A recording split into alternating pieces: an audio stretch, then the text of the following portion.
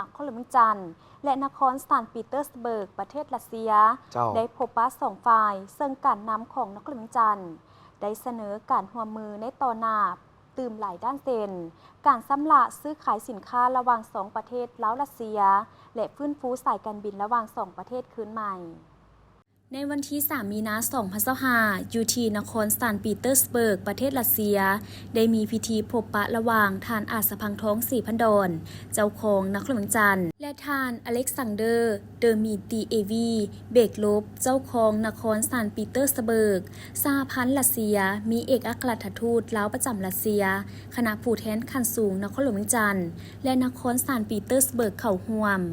การพบปะสองฝ่ายครั้งนี้ท่านเจ้าของนครหลวงจันทร์และเจ้าของนครซานต์ปีเตอร์สเบิร์กได้พัดเปลี่ยนกันตีราคาการพัวพันหัวมือสองฝ่ายก็คือสองประเทศลาวรัสเซีย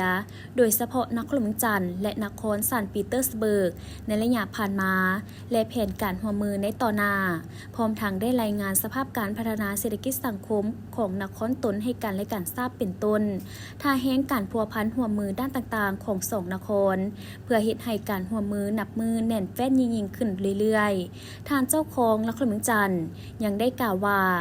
การเดินทางมาเยี่ยมยามและเฮ็ดเวียกอยู่นครซานต์ปีเตอร์สเบิร์กนอกจากการพบปะทางการแล้วยังได้มีกิจกรรมปิ่นอ้อมเซ็น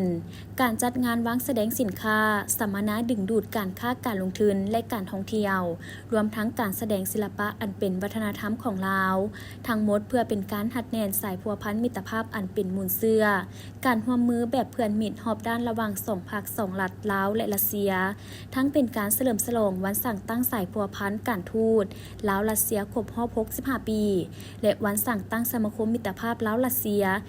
ยลาวครบรอบ60 ปีในปี 2025ทั้งเป็นการสืบต่อหัดแน่นสายพัวพันมิตรภาพและการร่วมมือหอบด้านระหว่างสองนครให้นับมือนับได้รับมากผลเป็นรูปธรรมยิ่งขึ้นโอกาสนี้นครหลวงจันทร์ได้เสนอการร่วมมือในต่อหน้าตื่มอีกโดยเฉพาะในโครงเขตการส่งเสริมด้านการลงทุนและเสริมขยายด้านเศรษฐกิจคือการสร้างห้างสรรพสินค้าครบวงจรอยู่ลาวการสำรวจซื้อขายสินค้าระหว่างสองประเทศลาวรัสเซียให้สามารถเข้าถึงทุกสถาบันการเงินสามารถเปิดกว้างในหลายธนาคารฟื้นฟูสายการบินระหว่างสองประเทศคืนใหม่โดยเอาลาวเป็นประเทศทางผ่านเสนอพิจารณาคืนเกี่ยวกับกระทรวงอุตสาหกรรมและการค้าของลาวเคยเสนอเกี่ยวกับการยกเว้นภาษีนำเข้าและส่งออกสินค้าบางรายการจากลาวเข้ารัสเซียนอกนี้เสนอผ่านรัสเซียสุกยุการเข้าองค์การขนส่งสากลทางรถไฟของลาวซึ่งลาวเกี่ยมความพร้อมอยากเข้าเป็นสมาชิกองค์การดังกล่าวเสนอสุกยุการมาลงทุนในโครงเขตการสร้างโรงแรมอยู่ลาวเสนอให้กระทรวงศึกษารัสเซียพิจารณาเพิ่มเบี้ยเลี้ยงให้นักศึกษาลาวและปี้ย้อนไปกับของนักศึกษาลาวที่ได้รับทุนจากรัฐบาลรัสเซียในแต่ละปีและเสนอนักธุรกิจรัสเซียที่มีท่าแหงทางด้านการเงินเข้ามาลงทุนอยู่ลาว